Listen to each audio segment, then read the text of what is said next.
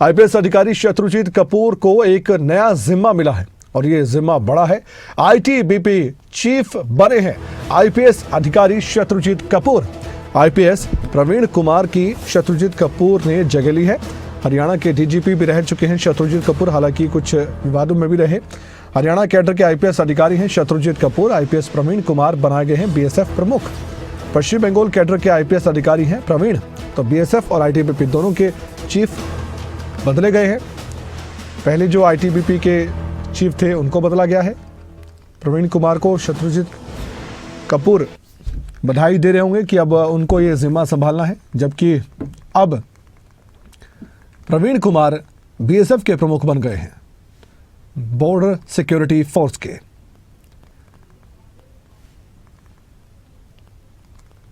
तो दोनों बड़े सीनियर अधिकारी हैं। इससे पहले मैं शत्रुजीत कपूर के बारे में आपको बता दूं कि हरियाणा के डीजीपी रहे, अच्छा खासा काम किया, लेकिन एक ऐसा मामला सामने आया था जिसके बाद वो विवादों में घिरे, फिर उनको छुट्टी पर भेजा गया। उसके बाद ओपी सिंह को डीजीपी हरियाणा में बनाया गया था, वो रिटायर हुए और अब नए डीजीपी अपना कार्यभार संभाल चुके हैं। तो सवाल यही था कि शत्रुजीत कपूर को क्या कोई और जिम्मेदारी मिल सकती है, और जवाब आपके सामने है। शत्रुजीत कपूर अब आईटीबीपी की जिम्मेदारी लेकर आगे बढ़ेंगे और आईटीबीपी को संभालेंगे।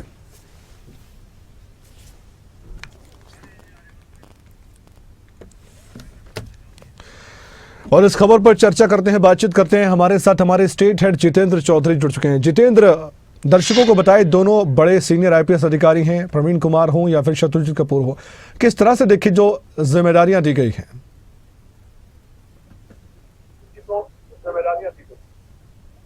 देखिए, बिल्कुल अपने आप में अहम जिम्मेदारी होती है, खासतौर से जब केंद्र की इस प्रकार की जो जिम्मेदारी जो है आईपीएस ऑफिसर्स को जो है मिलते हुए नजर आती है। हरियाणा की अगर हम बात करें, जिस तरीके से शत्रुजीत कपूर को हमने देखा कि पीछे कुछ ऐसे घटनाक्रम रहे कि उन्हें डीजी पद से जो है छुट्टी पर जाना पड़ा था और उसके बाद 2 महीने बाद उन्हें एक जिम्मेदारी जो है हरियाणा के अंदर ही मिलती है, और उसके कुछ ही दिनों बाद हम देखते हैं कि अब आईटीबीपी के महानिदेशक के तौर पर उन्हें आगे जो जिम्मेदारी है वो दी जाती है। रिटायरमेंट की अवधि तक उन्हें ये जिम्मेदारी जो है वो दी गई है और अक्टूबर 2026 में ही उनकी रिटायरमेंट होनी है। इससे पहले प्रवीण कुमार जो है इसका जिम्मा जो है वो संभाल रहे थे। तो इसी प्रकार का जो कैबिनेट अपॉइंटमेंट कमेटी है उसकी तरफ से कुछ निर्णय जो है वो किए गए हैं, जिसमें केंद्र की प्रमुख एजेंसी एनआईए से लेकर के आईटीबीपी तक जो जिम्मेदारियां हैं वो दी गई है। बीएसएफ के महानिदेशक की भी जिम्मेदारी जो है वो जो है नए आईपीएस अधिकारी को दी गई है। तो अपने आप में ये कहा जा सकता है कि अपॉइंटमेंट कमेटी की तरफ से इस प्रकार के फैसले किए गए हैं। लेकिन हरियाणा की अफसरशाही के अंदर जब हम बात करते हैं तो शत्रुजीत कपूर,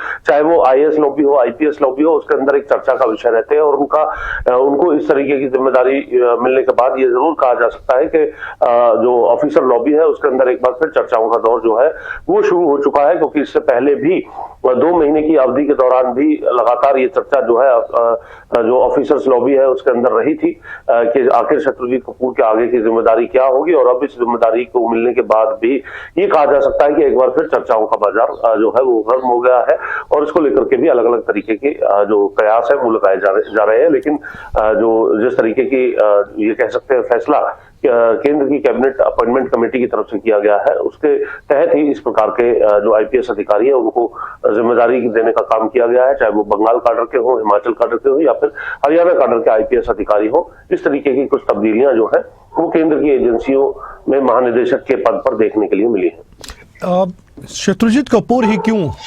इस सवाल का जवाब क्या हो सकता है जितेंद्र, इस जिम्मा दिया गया उनको?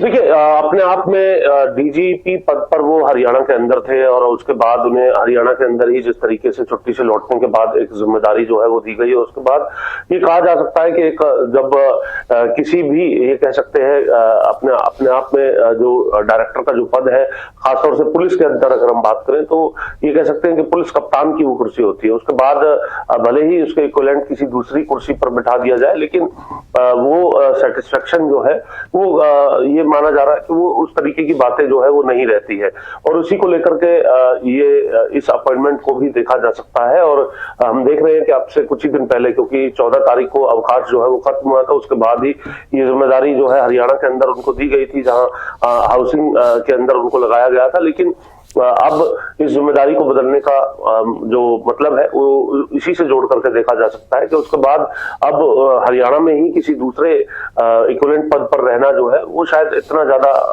जो है गवार नहीं गुजर रहा था, और इसी को लेकर के कह सकते हैं कि केंद्र के अंदर ही जो नियुक्ति है उसे बेहतर कहीं ना कहीं समझा गया है। बहुत बहुत शुक्रिया।